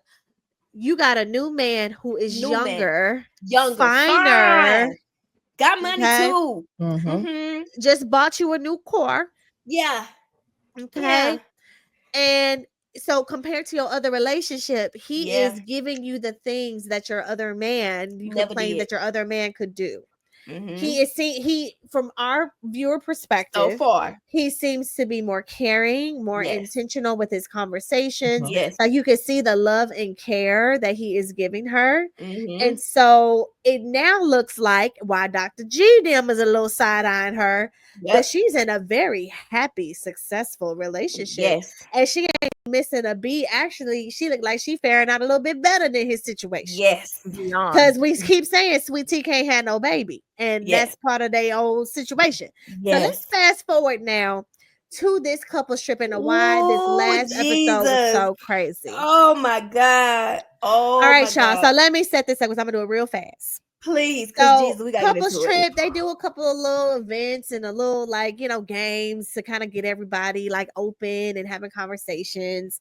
But then it ends into they're supposed to be at a pool party, which really ain't even a pool party. No, it's Heavenly and her husband, Dr. Damon, is facilitating what is a couples kind of what is that show that people do where it's newlywed game. Newlywed game. So they put all the chairs together. Now I know it was production that sat these two couples by each other because ain't no way out of all the couples they should have even been sitting by each other. But needless to say, they wrote the names on the chair, so you had to sit in the chair that they wrote your name in. So everybody all right, this is going to be kind of tricky, kind of interesting. This is the first real dynamic of intimacy that they have in the couples trips with two people who are now divorced and both have new people. Not only one has a marriage and another one is in a completely new relationship. So let's see how this goes. So it's just kind of cute. Yeah, you know, they answering little questions, little typical newlywed game kind of questions. You know, how many dates did y'all have before X, Y, and Z? All the cute answers. But then it gets to a point where it gets real intimate. Woo! The question gets real intimate. And if you watch the newlywed game, even back in the 60s and the 70s, one of the main questions was, how many times do y'all make whoopee? Now, if you're saved, you shouldn't be. No, I'm just playing. But I'm saying, so they go around. These are married couples, majority. So they go around. No, stop, because who brought out the out of wedlock thing? Was it who brought that up? Heavily messy. Because again, they are facilitating. So they go through. The married couples are doing their answers, which is really cute, kiki, kind of fun. Now, I'm also going to just mention Quad had a lot of drinks. A lot. And rum punch. She had a lot of rum. My God. And for some people, that is a truth serum. And no, it is for most people, for almost everyone. Uncontrollable behavior. Yes. I do think, given the fact that her ex-husband was there, she should have been drinking a nice little seltzer water. Emily did say that what happened was King was pouring more liquor in that lady drink. So they were sabotaging because they wanted a moment. They got a moment. They did, though. They succeeded. So we get to the question for Dr. G and Sweet Tea. And for someone, and I'm gonna just say that for someone who is trying to get pregnant and is having fertility issues, I found it interesting that they only said 2 times out of the week. That doesn't sound like somebody who's trying to get pregnant, but that's neither here nor there. What a quad said, Marla. Hold on, let me I need y'all to do it more. We need a love. Hold on. We're gonna get there. We're gonna get there. Hold on, let me get to my notes. I'm pulling out my notes. Except when we trying, to have a baby. Girl, that should be all the time. All the time. All the time. So I'm pulling out the phone. Hold on. So we get to Quad and her illustrious new man who and this is why I love Toya, because Toya said it straight. She said the only person that should have an open shirt is this man. The only person and the football player, the professional athlete. Because he's fine. Everybody like, he's fine. Carlos said it like 8 times. Carlos literally said Quad Man was fine 8 times that night. I was like, okay, Carlos. Funky not even did anything, kept saying, hey, King fine. No, like he is fine. And he's so calm. Fine. You know what's crazy? When I was watching it, I was like, bro, is that how it look when I be cutting up and Ramad just be sitting there? Is that how it look? Yeah. Absolutely. It do. Exactly. Yeah, and what I love, we're gonna talk about his temperament after all of this, because I love how he handled her, but we're gonna talk through it. Yeah. So we get to Quad, and Quad messy self, who's had way too many strong, stiff strings. Yes. Says we at 15 times a week, and that's the minimum. And then sis get real comfortable, be like, it's different when you want the man. I will have a kid with this man. So already, Dr. G, real quiet. And this is where it gets real tense, because but say why, Marla, why he quiet on that statement? It's quiet because he wanted her to have a kid with him for 10 years. And she refused to be willing to have a child. So here she is with a man she's not didn't have sex the last 3 years of their marriage. They also did not have sex for the last 3 years. Grounds for divorce. They were beefing. They were not connecting. And so here we are, these two, and it ain't even helping that this man is younger than him. He looks finer than him, and he like, I mean, it could be more than that.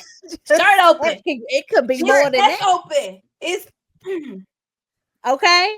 So needless to say, my man's get a little bothered. That's twice a day. I mean, that's twice a day. No, it's reasonable. It's reasonable, but what I will say is reasonable. Early stages, honeymoon, and they the honeymoon stages. Exactly. She was sticking it in where she knew it was gonna hurt that man. Like, it was real tough to watch, because she even said, look at the way. I mean, she was going in. So she said,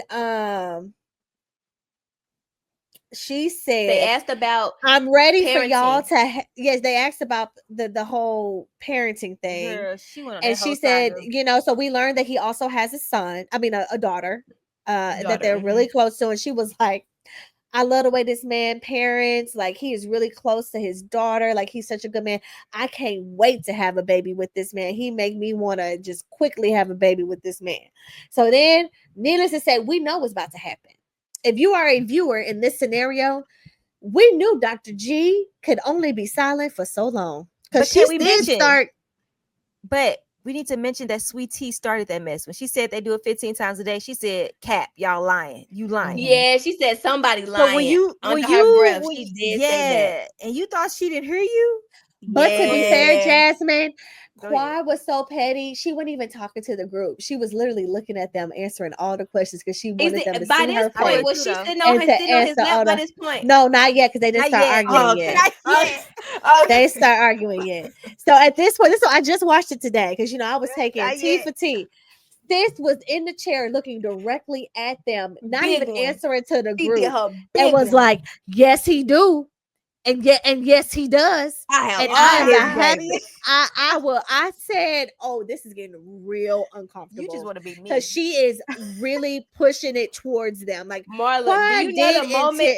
Do you know the moment I want to fall out where she say, "Throw that in a circle"? I was like, quiet. Yes. In other words, she was telling the new wife that she ain't doing something right. And she can teach her how to throw something in a circle. Because she knows what to do.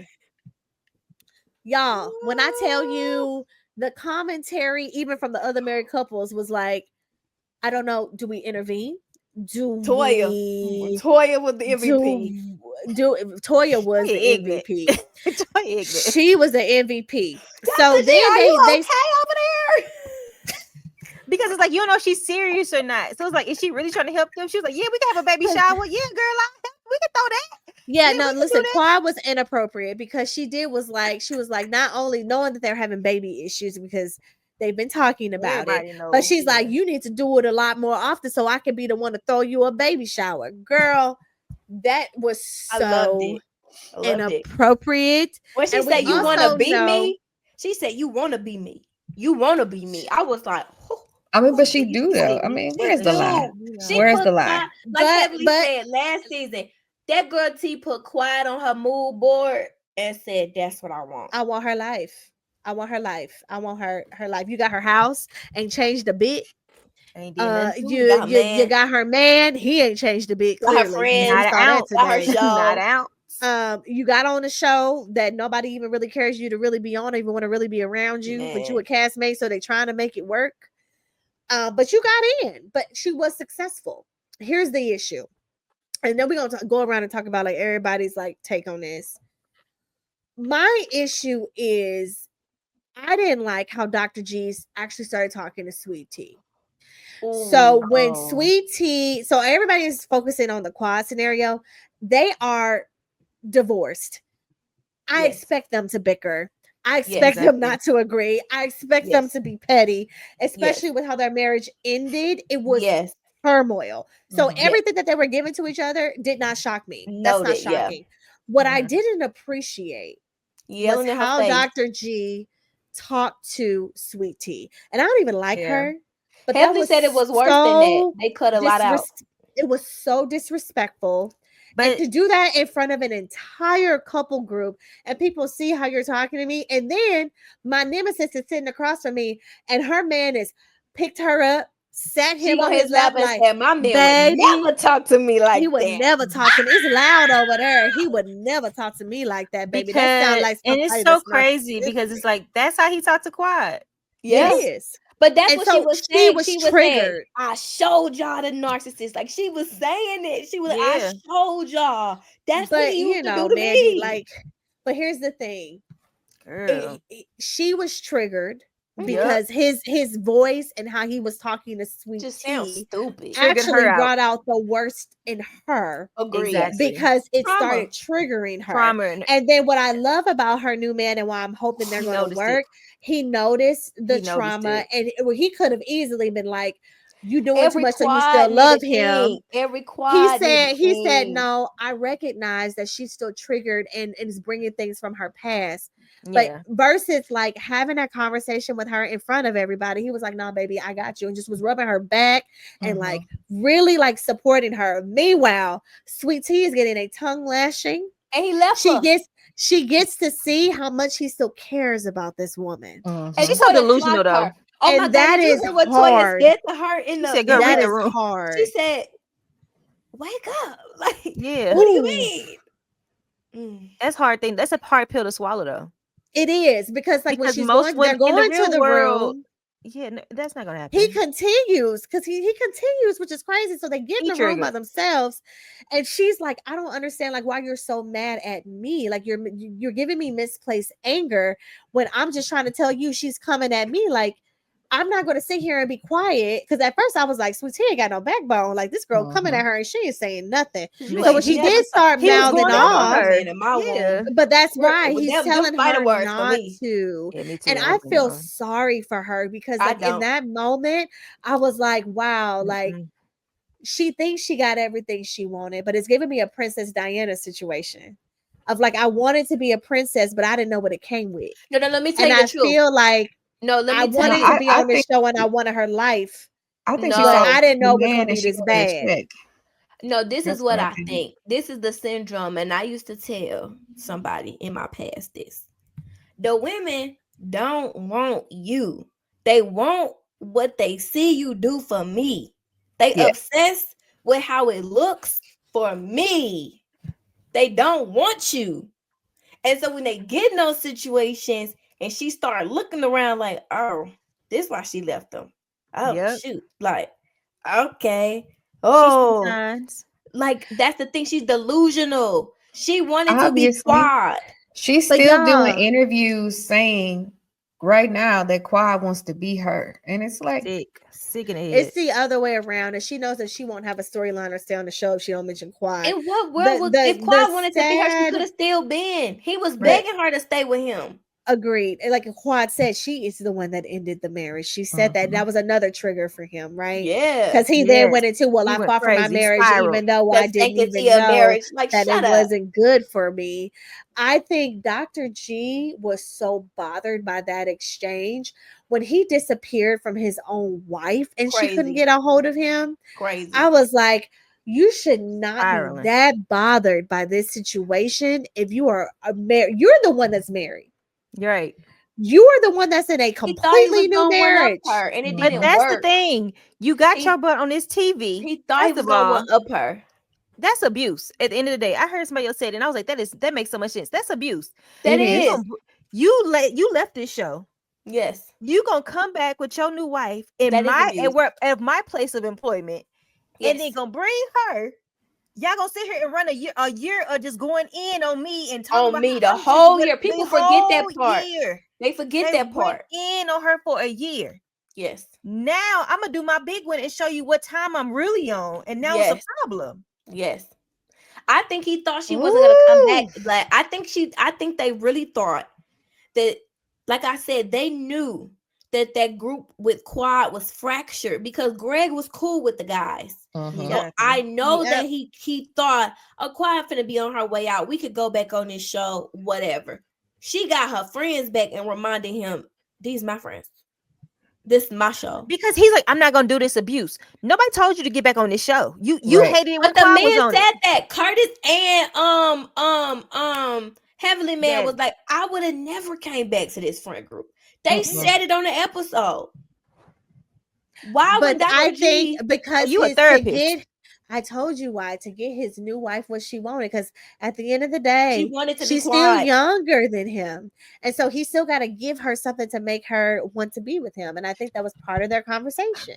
I think the difficult thing about Dr. G is that, okay, so Quad was younger than you, like 10 years younger than you. And you would have got a younger. So then you got a girl who was younger than her. You're like 20 something years older than her. Mm-hmm. Like, but I also think too, because he wanted that kid, he was hoping that if he gets even a younger woman, it was going to be easier for them to have kids. But let me tell you about my God and Karma, because my God and Karma said, you think you was going to fast track this thing and try to produce a whole family, but I'm going to throw some rocks up in this and show you this ain't the right God intentions. don't play about his favorites, and favor ain't fair.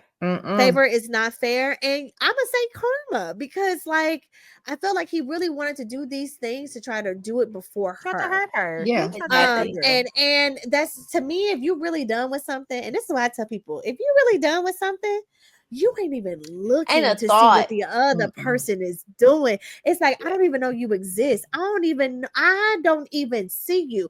And even if you are in front of me, I don't know your number. But it's TV. But it's TV at the end of the day. Like in the real world, ain't nobody going on no trips with their ex-husband. Absolutely not. This is crazy. And so I do feel for all the parties. And what's crazy to me though is the whole friend group already was on Quad's side and was like, she was drunk. And I'm like, y'all, hold on. I need to go watch the episode and everybody was like, she was drunk, bro. She was just tripping. She was just tripping. She was bad drunk. behavior. But they were like, she was drunk. And then you got Toya that looked Sweet Tea in her face and was like, baby, that man still love her. Because he does. Clear. And so she literally told her it's okay for him to still love his ex-wife, Toya. In what world, Toya? I love my girl down. I love my girl down. I love my girl down in my boots. I said, this is so crazy. This woman literally looked at the new wife and said, it's okay. It's okay for him to still love his ex-wife. Ma'am, not if you newly married to me. You left your new wife to go walk down the street because you mad to the point where she is calling him and he's not even answering. Voicemail. He was That's so abuse. triggered. That's another form of abuse. He was so triggered by this interaction that you man know what he doing. Walk and disappear. That man know what he doing. Man, that ain't the first time. Let me tell you something. That ain't the first time he done left her. And thank you. You can tell. But what's crazy is, I think Quad's whole purpose is like, I want y'all to remember that I think Quad's also issue is y'all are acting like our marriages ended for some irreconcilable differences. Mm-hmm. This man was in a hotel with women, told us on camera. This man on camera admitted we were physically fighting. This man on camera showed y'all he would abandon me in the middle of a fight. This man I think she's trying to show them like, y'all are acting like, oh, he got a new wife it's okay. Mm-hmm. No, our marriage ended because he traumatized me. I did not have a baby with him, not because I couldn't, because I knew I shouldn't. Right. Jesus. Like, I think that all those unresolved feelings of also amongst her friends is like, yeah, not for nothing. They raggedy too because they brung her on the show. That's what I'm saying. Do y'all see him hollering at this lady in his face like he used to do me? Right. Like, you know what I'm saying? I think for her, the way that he literally was pointing his finger at her was like, I said, be quiet. And Dr. Heavenly said it was worse. Dr. Heavenly said it was worse. I say this as a friend group. If I was a man in that situation, all of y'all they should have checked him. She said that they didn't show it. She said that they did not show it, but Cecil got in between Dr. G and T. Good. Because that was not okay. This is my problem. If they got to do all that, we're not sleeping in the first. I want to see it. I don't want to see you either because we just gonna be out here fighting too. Also, when he said "shut the F up," King turned around so fast because everybody thought he was talking to Quad. Yeah. So I like King. I would just keep saying I really like King. He looked like he was ready. It's gonna go left. Next episode is going left because it's going left next episode. He didn't forget none of that. Right. The residuals will happen the next episode. But I had to make sure she was okay last week. And I like how he just held her down. He remind me of Darian. I promise you. There's his interaction. He's very like, are you good? You good? But then I have to side eye, but like, baby, please don't.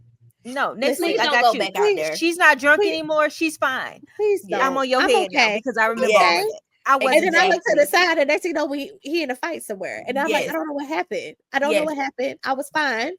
But it just shows you. I feel like Quad and her man show you like that's the type of man a woman like her need. Like you don't need somebody to fuel your fire. You need somebody to understand what's going on in the moment and know and can and understand that what she's saying right now has nothing to do with me. No. It has nothing to do with her still wanting to be with him because I know trauma. She left him. Yeah. But these are residual feelings from trauma that she has to get out. Jesus, and he's allowing her to without telling her to shut up, without being rude and grab. Because he could have easily did the same thing. Like, he could have pulled her aside, but like, I don't like this. We're not talking to them. We not like he could have did all of that. He just like, no, let her get it out. I'm hearing something go left. He was so endearing. Yeah, he didn't even let her sit in the chair by herself. He said, "No, come here." Yeah, I was like, okay, because at first when I seen it, I was like, why he ain't? But then I thought about it. I was like, he can't. He gotta let her get it out to her friends. Let her do because her monologue to her friends after the fact, I was like, oh, she been waiting to. But you know that's what Quad do. That's like, but you know, y'all know Quad has a monologue every season. I was like, let her get her monologue, and now she drunk off the rum punch. Oh, y'all probably was out there for 45 minutes to an hour straight letting this girl talk. But you know She what? getting I her appreciate Martin her Luther King friends. speeches. And this is why I said I actually like Toya. And this is why I said I actually like Toya, because she said 10 toes down and looked at the ex. Because usually I was like, all right, Toya, you bringing the ex-wife along is too much. But she looked at her and she said, I mean, clearly. What are you not seeing that I like? You're not seeing what I'm seeing? She's like, you good? Because what I just witnessed, I wouldn't be okay. Well, and my thing is, if you're that comfortable to do that in front of the cameras, in front of this whole group of people, no telling what are you doing behind the scenes? That's what I'm and telling I don't care y'all. if he's a psychiatrist or not, y'all. He a bad one. I wouldn't want my psychiatrist. Oh my God, somebody said they looked at his rating. It's like a 3.3 or something. I bet I would never go to him. What was I watching? This show is hurting his money, not helping. Mm-hmm. I would if not. You're acting erratic. How are you gonna help me? No, if you're an abuser, allegedly, we don't know. We don't, but to your point, no, there has been. He admitted real moments of the fist fighting. Yeah, of the fist fight when he was. Remember in season 1, didn't the cops have to come? Yes. And they got arrested. Then Lisa Nicole, that's the one thing that when her and Lisa Nicole was beefing, she was like, didn't the cops have to come to your house before the wedding? You and G was fighting. Like, it sounds like they should have. This sounds like got married. No, what was it? A family of Tyler Perry. Madea family reunion. A Madea family reunion should have never got married in the first place, because there was some abusive things happening before the relationship. But we're gonna end it with this. We can't wait for the next episode. If y'all not watching Married to Medicine, y'all are tripping. Catch up. It is so good, and it's very relatable, extremely relatable. I just can't say it's still my favorite show on Bravo. So I can't say I would do anything different than Quad if I was in that situation. I don't know. She still was petty though. Yeah, she was petty at the beginning. I mean, but we're gonna blame it on the rum punch. We're gonna blame it on the rum punch. But she was petty. She went a little cuckoo at the beginning. But we want to hear from y'all. Put it in the comments. We want to hear. I know y'all probably already been putting stuff in the comments, but put it in the comments. We want to hear your perspective, and we'll come back to it. So, all right. So next. Quickly. Real Housewives of Atlanta trailer dropped. Yep. Y'all, we posted it on our stories. Yes. There's mixed feelings that's happening with this trailer, because we actually had a different one to compare it to. So that's what makes it kind of hard. I think this one, everyone was dressed really sexy, very Vixen X, very rich. I think a lot of the girls are, I think a lot of Mary the girls J. Blige over there they're going to bring some things. I'm really excited to see Portia this season, because we're getting more clips. But it just some reviews are saying it gives very much Love and Hip Hop. And when we say Love and Hip Hop, it's not to say that the show is not great. Used to be iconic, because Love and Hip Hop has some really great moments back in the day. Let's be very clear. What we mean when we say Love and Hip Hop is that Mona budget look really different than a Bravo budget. Very much. That Mona budget is also more like the women look really sexy. And when I say sexy, overtly sexy as symbols versus like but can trying I say to be cute. But can I say, living in Atlanta, that is the norm. That's so true. Culturally, what they dress like, what they shown, that's how the elites of Atlanta look. Look at Nene old tail self. Like, I'm just saying, but it's I was okay. I was okay. I know. I'm sorry. I just reminded myself, Jasmine, you remember that lady, the light-skinned Gail? They posted that story about finding her man in the airport with the new girl. Yes. I saw her at Carlos' thing. She was there. She was gorgeous. Sorry. I just had to think about that. The airport and the whole thing. No, because I was they do because I wanted her to be on the show. My train of thought was the type of women that are like around that age range and are very wealthy and like how they would carry themselves. That's why I thought about that. And I was like, I was trying to think of like that's the who type else of in Atlanta, like that's where I went with that. Yeah. I'm sorry. And she was very well dressed, but she was sexy, had a little boom, boom, boom. So yeah, but these chicks, so we're gonna say with this trailer, it gave very much Atlanta. Right. Are we looking forward to this new season? Yes. What are we thinking? Okay. I'm so excited. I've heard all the producers, everybody that have seen the episodes already said it is return to form. That's what I've been hearing. I'm looking forward to it. I saw an interview today with Candy, and she was talking about how she was mad that Kenya wasn't in the trailer very much, and it's like, why does she even have an opinion? She ain't even on this season. So this is my thing, nothing, girl. You were so mad at Phaedra. Thank you for what she said that Portia said about you. Thank you. But Kenya actually did something wildly inappropriate. Reprehensible. And we just gonna gloss over that. Like that was nothing. That's why I was like, why is she talking? Why are you talking? Right. I actually had to remember that she wasn't on the show anymore. Yeah. That part. So y'all, you would know what's shocking? My last little thing that I noticed, for Drew to be a housewife, it was maybe 1 second of her in that trailer. I didn't like Drew as a housewife, so I'm good with that. Nothing I about didn't even notice. I didn't even notice her. Because she's not getting a divorce. She's Ashley Darby. She gonna stay with that man, honey. That man, she gonna stay with that man who keep disrespecting her. So he living in the basement. I don't really care to see Drew. Court ordered to live in the basement like they did Kim and Croy. Okay, so give me the paperwork. I need to see it because I don't believe him. I don't know what it is about these Atlanta family judges, but this the second one I done seen where they make them still stay in the same house. Girl, okay. Well, we're gonna see y'all. So, like, mark your calendars. We finally got the trailer. We've been talking about it. So, we will hopefully do something special for the premiere. Maybe we'll go live for the premiere because Atlanta has been long waited for. So we'll be doing something special. So stay tuned for that. Sunday nights. Okay. So another really quick hot topic before we get out is more news came in the Bravo world. We've been talking about Real Housewives of Orange County.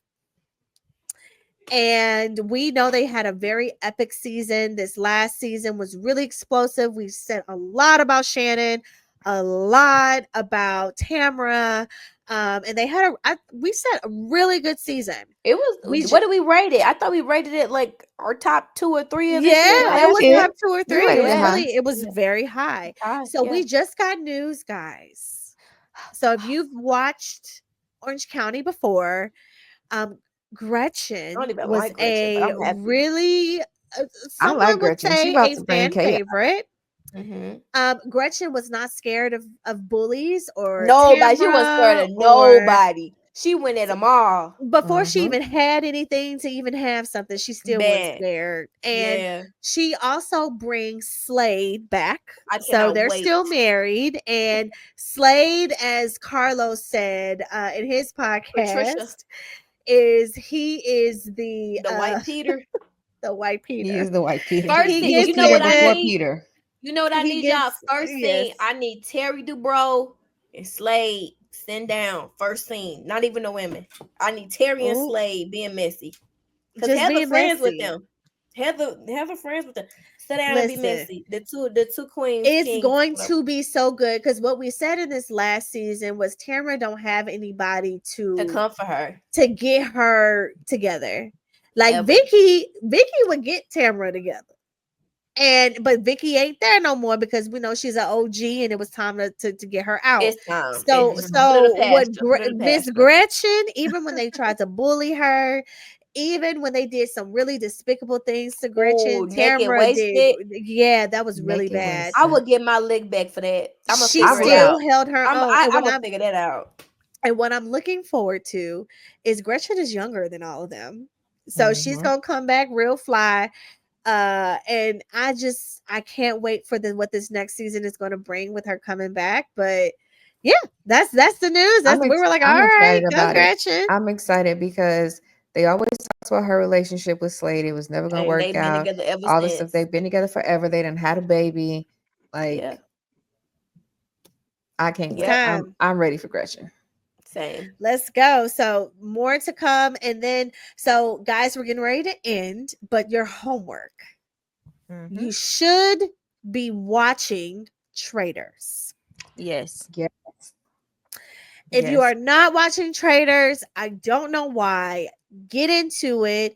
It's so good. And then eventually, I think our next segment, we'll make sure the next time we pod that we'll start talking more about Potomac, because there was an explosive reveal of what the reunion is going to look like with Potomac. Karen does a explosive video of her being in rehab. We have Wendy going in about her. We have allegations of people paying people to be on the show.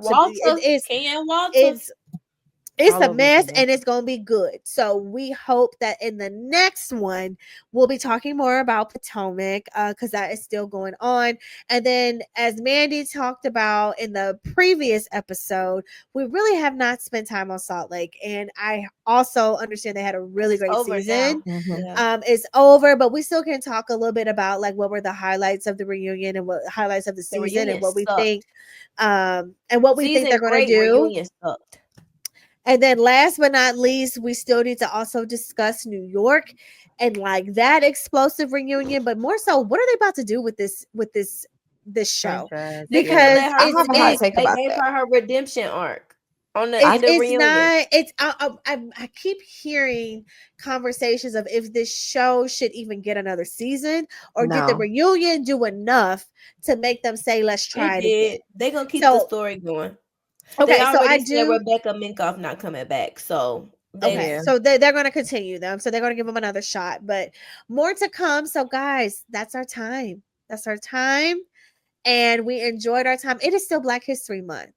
So this is what I'm going to say. If you can teach and educate someone about a Black inventor, or something just no Black more excellence, white people anything. It's time to gatekeep now. Okay, or you can do what Mandie does. Teach a young person. Teach a young Black person within each other. Oh, okay, yeah, within ourselves. Yes, keep the history going. Like we want to keep it going and educate. They're not doing it in the school systems anymore. I just want to make sure that we are bringing it into fruition. Like my daughter is 3 years old, and we are still buying her books, getting her into Black inventors and Black educators, and like getting her to start learning about her own history. It's never too early to do that. Marlo got her first library card, y'all, this month, and we're very excited. So like all I'm saying is invest in our future, invest in our kids, man. They're gonna be the ones. That's where I was going, Mandie. That's where I was going. You already know. You know my girl. I was headed there. They are going to be the ones that I really do think are going to be able to bring change. Like right now, the baton has been passed to us. Now, whether we are going to live up to what our ancestors did to create change, I'm not convinced. Yeah, I doubt it. Unfortunately, these YNs. I doubt it, man. Unfortunately, man. But what I will give us kudos for is this Target band is really making some moves. Their stock prices are going. They're getting sued for the DE&I practices, although it was more for them actually establishing them than taking them away that they didn't know about. But that's a whole nother thing for another day. At the end of the day, Target is getting impacted, and I feel sad to even have to say this because it's one of my favorite places on the earth that I have not shopped at. Y'all, I almost didn't know where to get soap the other day. I was so perplexed. That's real. But I've been running out toothpaste. I've been like, where am I going, bro? Because that same day pickup, that 2-hour drive, girl, that's my best friend. I said, "Oh, Marlo's clothes are dirty. Let me get some or no." We're not going to Target for them too much sets. Hold on, where I go for toothpaste? Jesus. But in real time, y'all, just check y'all social media. There's a list of places that we can go to. Costco. If you do not have a Costco membership, invest in them. They have everything there. I'm also going to say your local Kroger. If you're fortunate to have a Kroger, we do.